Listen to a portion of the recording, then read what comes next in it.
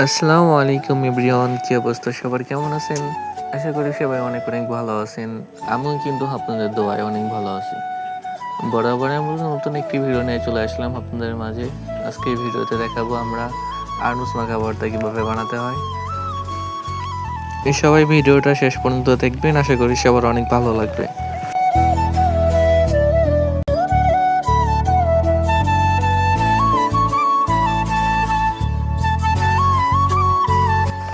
আমাদের কিন্তু আরনুস মাখা ভর্তা রেডি হয়ে গেছে। একটু খেয়ে দেখলাম, অনেক টেস্ট হয়েছে। আমি একটু খাওয়ার পরে ওদেরকে একটু দিলাম, ওরা খাওয়ার জন্য পাগল হয়ে গেছে।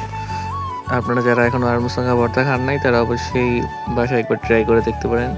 এরকম করে খেলে আশা করি দ্বিতীয়বার খাওয়ার জন্য আবার পাগল হয়ে যাবেন। আজকের মতো এখানেই বিদায় নিলাম। সবাই ভালো থাকবেন, সুস্থ থাকবেন।